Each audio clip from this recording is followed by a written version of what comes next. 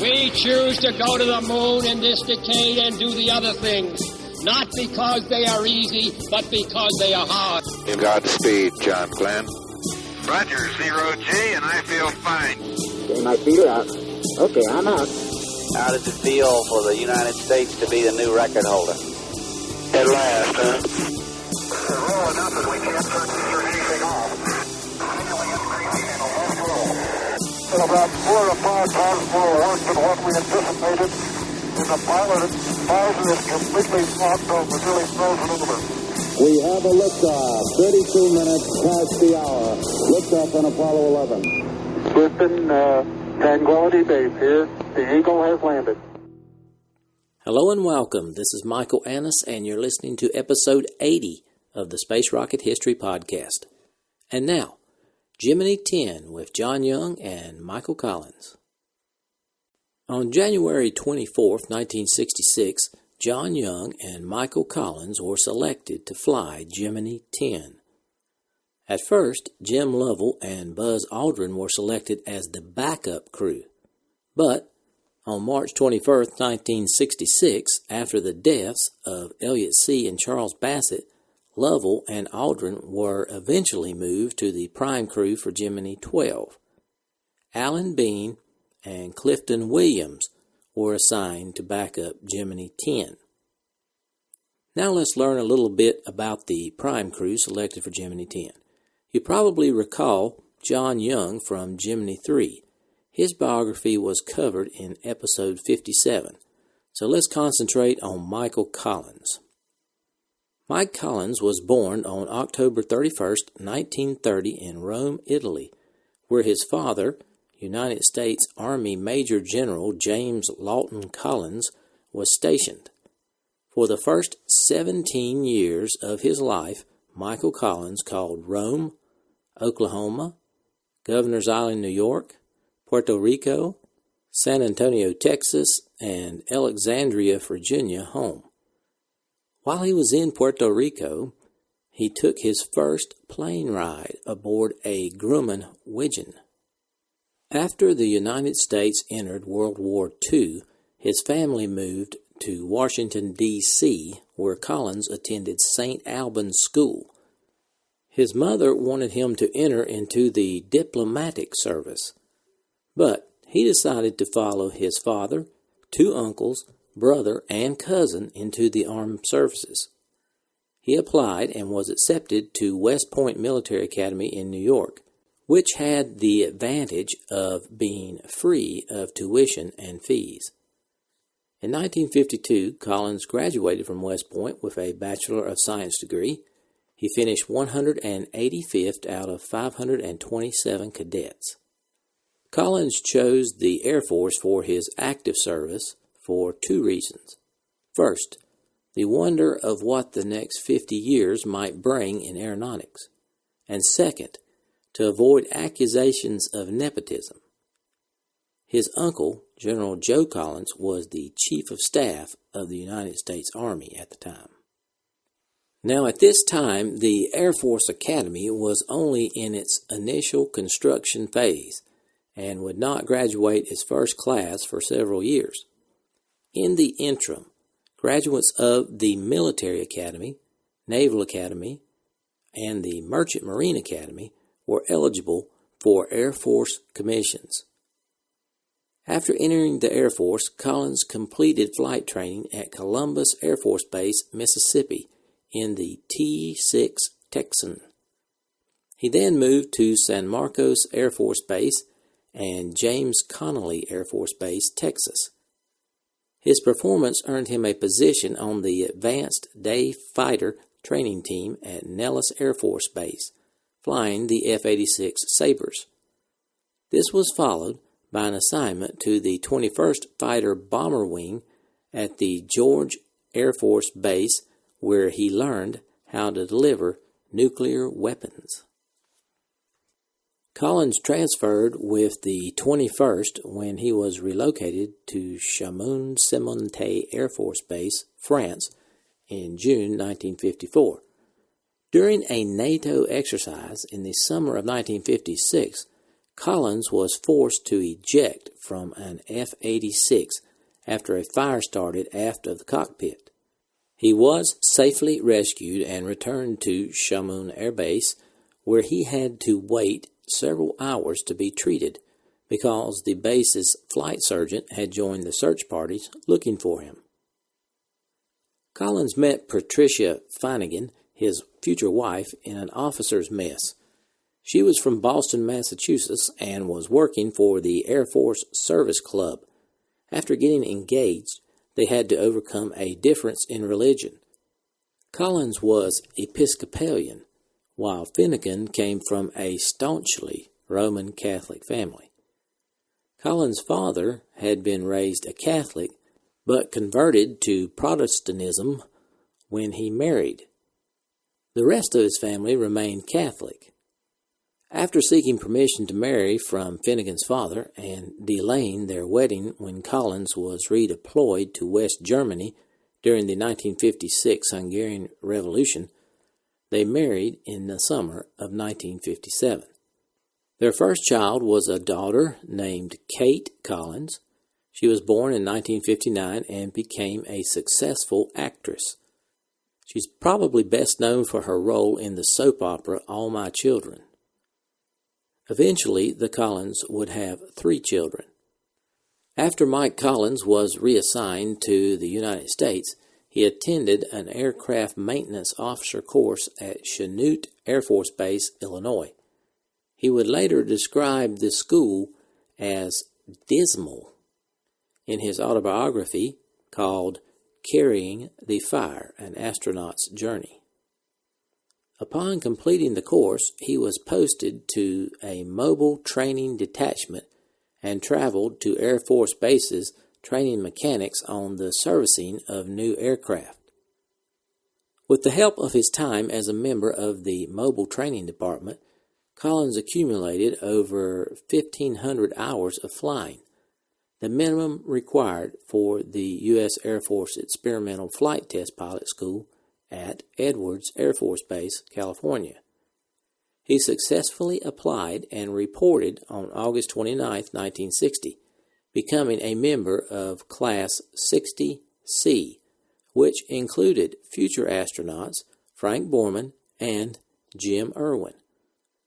Following months of intensive training, Collins was one of the few chosen for a position in fighter operations.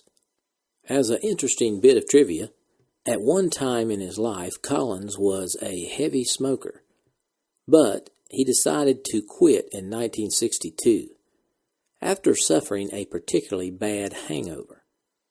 The next day, he spent what he described as the worst 4 hours of his life in the right-hand seat of a bomber flipping switches while going through the initial stages of nicotine withdrawal. The turning point for Michael Collins in his decision to become an astronaut was the Mercury Atlas 6 flight of John Glenn on February 20, 1962, and the thought of being able to circle the Earth in 90 minutes. Collins immediately applied for the second group of astronauts that year. In order to raise their numbers, the Air Force sent their best applicants to a charm school. Medical, physical, and psychiatric examinations at Brooks Air Force Base, Texas, and interviews at the Manned Spacecraft Center in Houston followed. In mid-September, Collins found that he had not been accepted, something that was a serious disappointment, even though he did not really expect to be accepted. Collins still considers the second group of 9 astronauts as the best group of astronauts ever selected by NASA.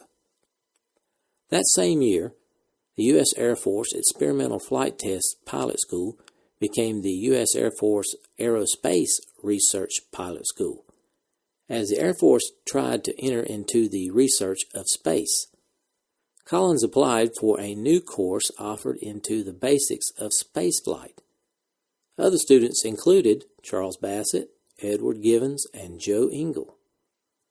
Along with classwork, they also flew up to about 90,000 feet in F-104 starfighters. As they passed through the top of their huge arc, they would experience a brief period of weightlessness. Finishing this course, Collins returned to fighter ops in May of 1963. At the start of June of 1963, NASA once again called for astronaut applications.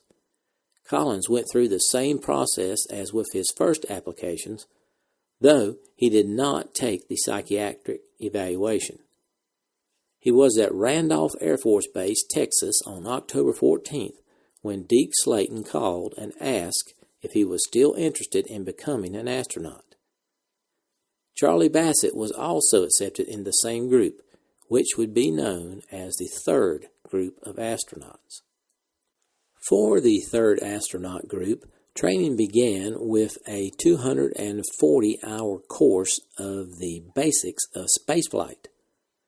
58 hours of this was devoted to geology, something that Collins did not readily understand and in which he never became very interested. At the end, Alan Shepard, who was head of the astronaut office, asked the 14 astronauts to rank their fellow astronauts in the order they would want to fly with them in space. Collins selected David Scott as the number 1 position for who he would like to fly with. After this basic training, the third group were assigned specializations, with Collins receiving his first choice of pressure suits and EVA. His job was to monitor the development and act as something of a go-between for the astronaut office and the contractors. As such, he was annoyed when during the secretive planning of Ed White's EVA on Gemini 4, he was not even involved. In late June 1965, Collins received his first crew assignment, the backup pilot for Gemini 7. He was the first of the 14 to receive a crew assignment. Though he would not be the first to fly, that honor went to David Scott on Gemini 8. Collins never rated himself with the super athletes of the NASA Astronaut Corps like his fellow backup crew member, Ed White. But he still tried to keep in shape, especially in the run-up to Gemini 7 when he could have been called upon to spend 14 days in space. After the successful completion of Gemini 7, Mike Collins was assigned to the prime crew of Gemini 10 with John Young. With the biography complete, we will now continue where we left off on the previous mission. Immediately after Gemini 9A, Deputy Administrator Seamans expressed his dissatisfaction with results and the way missions were being handled. Although the flight, ground, and operations crew performed well in what they did, the achievements fell far too short of mission objectives. Seamans wanted a mission review board set up. He listed several items for such a group to study. First, corrective measures for the Atlas-Agena failure. Second, the guidance update problem that delayed the launch 2 days. Third, the shroud incident. And fourth, the suit environmental control difficulties. He wanted the board to make sure that objectives and alternatives were carefully selected well in advance of launch. In response to Seamans' demands, Mueller established the Gemini Mission Review Board with his deputy, James C. Elms, as chairman.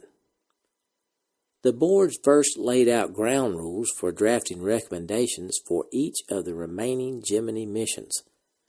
Benefits for Apollo and for science and technology were weighed against risk to the crew.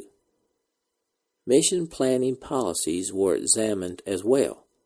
They considered things like, was too much being programmed into a mission, or was too little being programmed into a mission? With Gemini 10 scheduled for July 18th, planning for that flight was nearly firm. The board did measure mission objectives against the new ground rules, but there was neither time nor opportunity for more than minor changes. Gemini 10 like Gemini 8 and 9, was a complex flight with multiple objectives. The primary objective was to rendezvous and dock with the Gemini-Agena target vehicle that was scheduled to launch the same day as Gemini 10. The secondary objectives included rendezvous and dock in the 4th orbit, and to perform a second rendezvous with the Agena left over from the Gemini 8 mission. You may recall that the Gemini 8 Agena was in a very high orbit.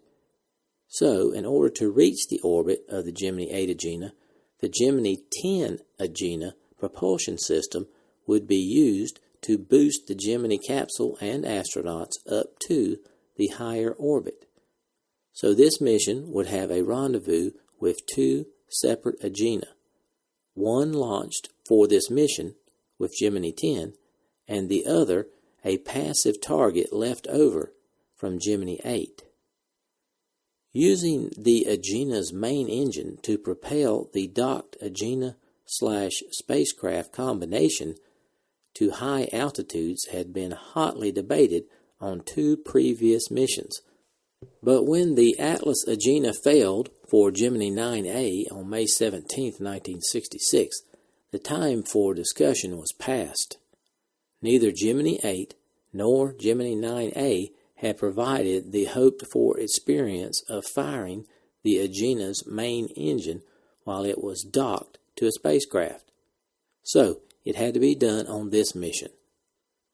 Additional secondary objectives for the Gemini 10 mission were to conduct an EVA, practice docking, perform 14 experiments, perform system evaluation on bending mode test, perform dock maneuvers, static discharge monitoring, post-dock Agena maneuvers, re-entry guidance, and to park an Agena target vehicle in a 352-kilometer orbit. When astronaut John Young first heard about the dual rendezvous plan, he thought they must be out of their minds. Young had 2 concerns. Could he slow down the docked Gemini capsule and Agena vehicles and stop them in time to keep from crashing into the Gemini 8 Agena? Gemini 8's Agena, having run out of electrical power, was dead in space, with no radar transponder or other apparatus to help find it. Young wondered if he could even find the old Agena using only optical equipment. Young recalled, quote, "We hadn't worked on any of these procedures. The problem with an optical rendezvous is that you can't tell how far away you are from the target.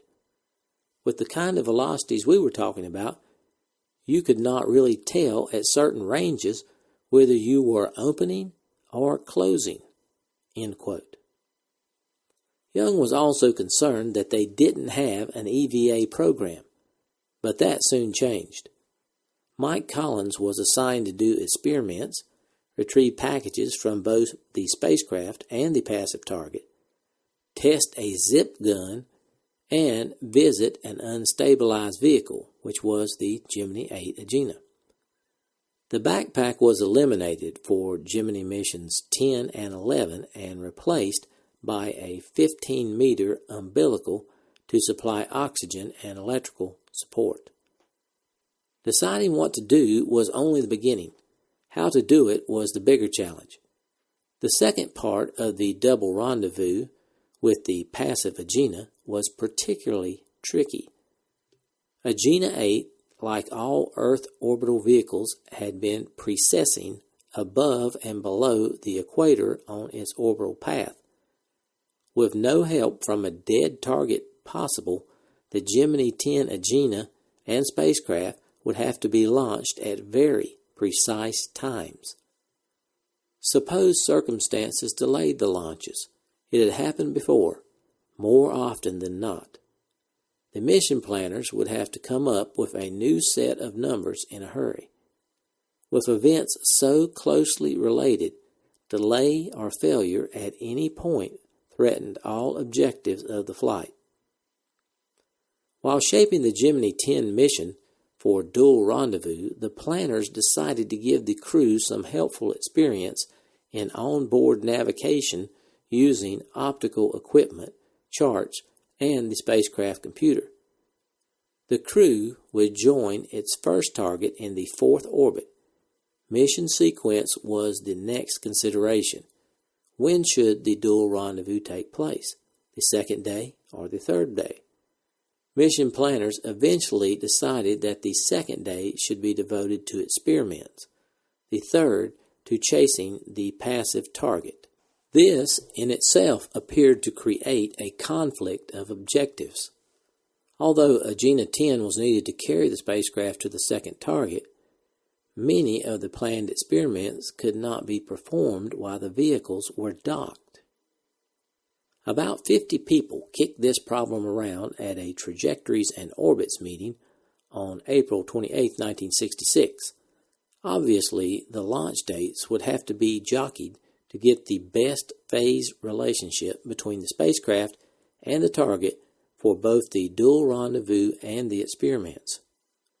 Even assuming that both launches went as planned, planning the second rendezvous was an exacting task. The North American Air Defense Command, NORAD, at Colorado Springs had kept track of Agena 8's whereabouts ever since it ran out of electrical power. To begin the rendezvous, the docked Gemini 10, Agena 10 combination should first go into a large elliptical orbit, 298 kilometers at perigee and 752 kilometers at apogee. After 6 revolutions to judge phase relationships, Agena 10 would then maneuver down to an approximate 398 kilometer circular orbit near Agena 8's space lane, as reported by NORAD. In addition, the high-altitude aspect of the flight raised its usual qualms. Although the Gemini Project Office no longer resisted the use of the big Agena engine while the vehicles were docked, McDonnell did not like the idea of the vehicles passing through so many high orbits, which might affect a safe emergency re-entry if the retro rockets did not perform as needed. There was also the South Atlantic radiation zone to be considered. In a Trajectories and Orbits meeting at the end of June 1966, the maximum acceptable altitude for dual rendezvous was set at 298 by 1,065 kilometers, based on radiation constraints and actual radiation levels measured in 1964. But the decision to use Agena for docked maneuvers had already been made, and any misgivings had to be laid aside. After careful study, the planners concluded that an emergency re-entry from an elliptical orbit with a perigee of 298 kilometers could be made even if only 3 out of the 4 retro rockets fired. And they plotted the spacecraft's orbital track with great care to avoid the heavy radiation patches. With the memory of past flights still fresh, when no one had been sure what target, if any, would be waiting, NASA made alternate and contingency plans for Gemini 10.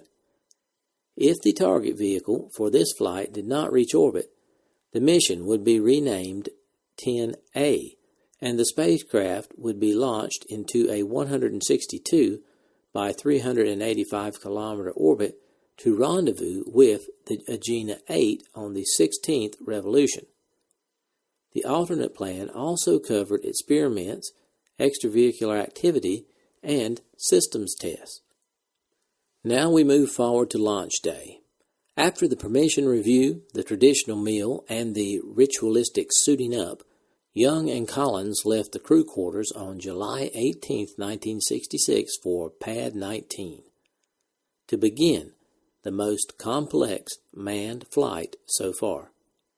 They had been awakened at noon for a 5:20 p.m. liftoff, when a 35-second window offered the best chance for rendezvous with the 2 Agenas. But of course, the Atlas-Agena was supposed to launch first. Here's the audio coverage of the Atlas launch. Control, the Agena destruct system has been armed. We're at T-minus 2 minutes and counting. Liquid oxygen tanking has been secured. Those vents are closed. T-minus 1 minute, 46 seconds and counting. This is Gemini launch control. T-minus 1 minute, 38 seconds and counting. The ignition system has been armed. We will be ready to turn on the sequencer at the 18-second mark in the countdown. Now 1 minute and 26 seconds and counting. Back at Launch Complex 19, astronauts John Young and Mike Collins getting reports on the status of the countdown, but they will not be able to see the launch. T-minus 1 minute, 13 seconds and counting. The launch vehicle now is completely on internal power as we come up toward the 1 minute mark. T-minus 60 seconds and counting. T-minus 60. The helium supply that pressurizes the vehicle is now on internal power. T-minus 50 seconds and counting.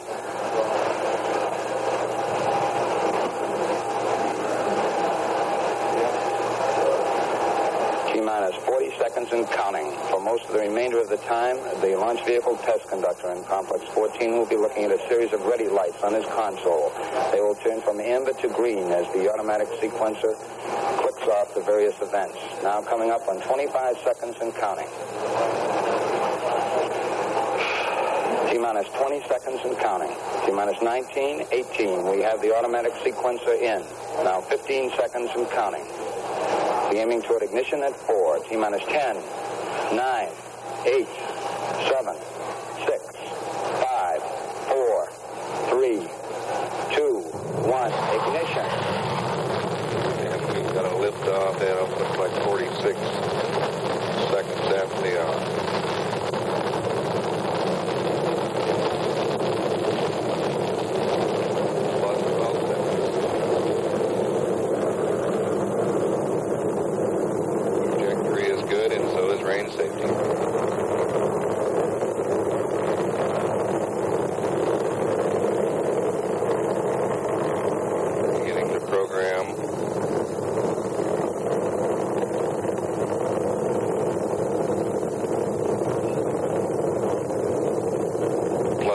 Seconds.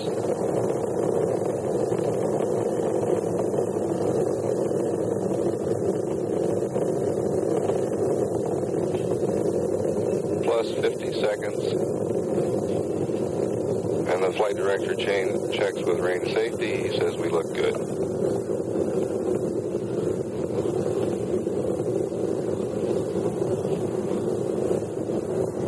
One minute, 6 seconds. Through the area of maximum dynamic pressure for the Atlas.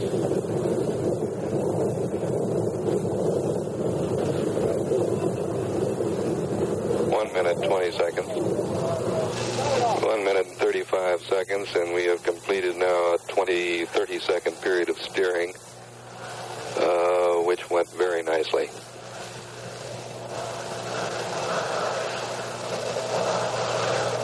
Altitude about 20 miles, and we're about 25 miles downrange.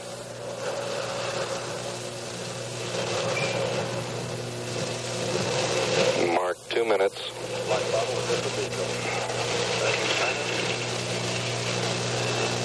Coming up on booster engine cutoff, and Flight Dynamics says everything looks good to him.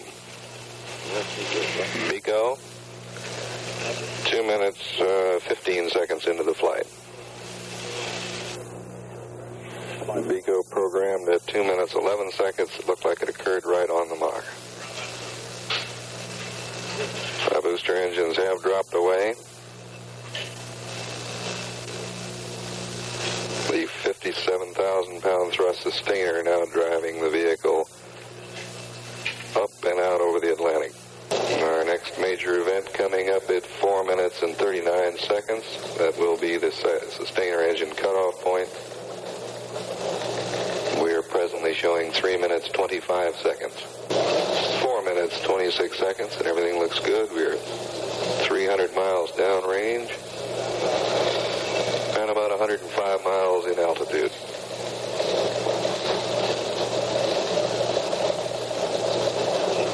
We have SECO. Sustainer engine has shut down. We now go through approximately a 20-second coast period before separation occurs. After the separation sequence, there's a 52-second coast until the secondary propulsion system lights off on the Agena. And approximately a little more than 1 minute later, we should have primary propulsion light off on the Agena. We're 5 minutes and 20 seconds, and we look good in all respects. 5 minutes, 50 seconds. And now we've got the secondary propulsion system has come in. The small thrusters ignited right on schedule. 6 minutes, 5 seconds.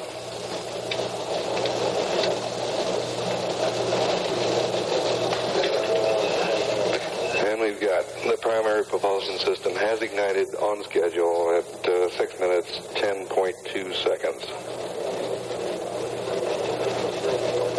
Flight Dynamics has confirmed the engine start on the Agena engine, the big engine. This burn is to carry a little more than 3 minutes, with shutdown occurring at 9 minutes, 16 seconds into the flight.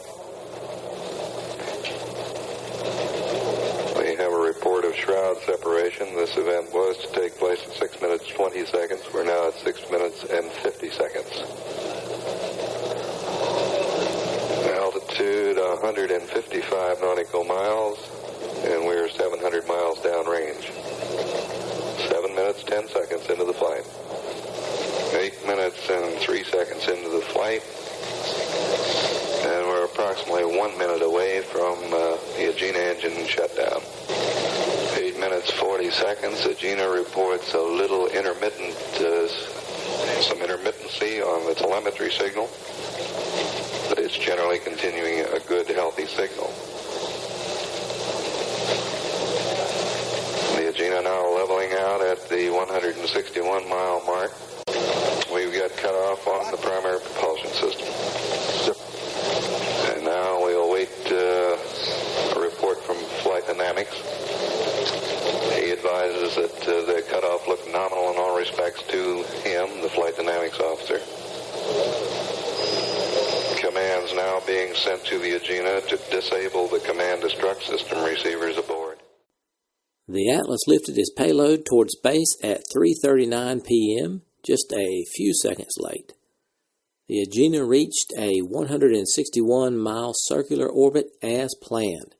With the successful launch of Atlas-Agena, we are good to go with the launch of the Gemini 10 spacecraft.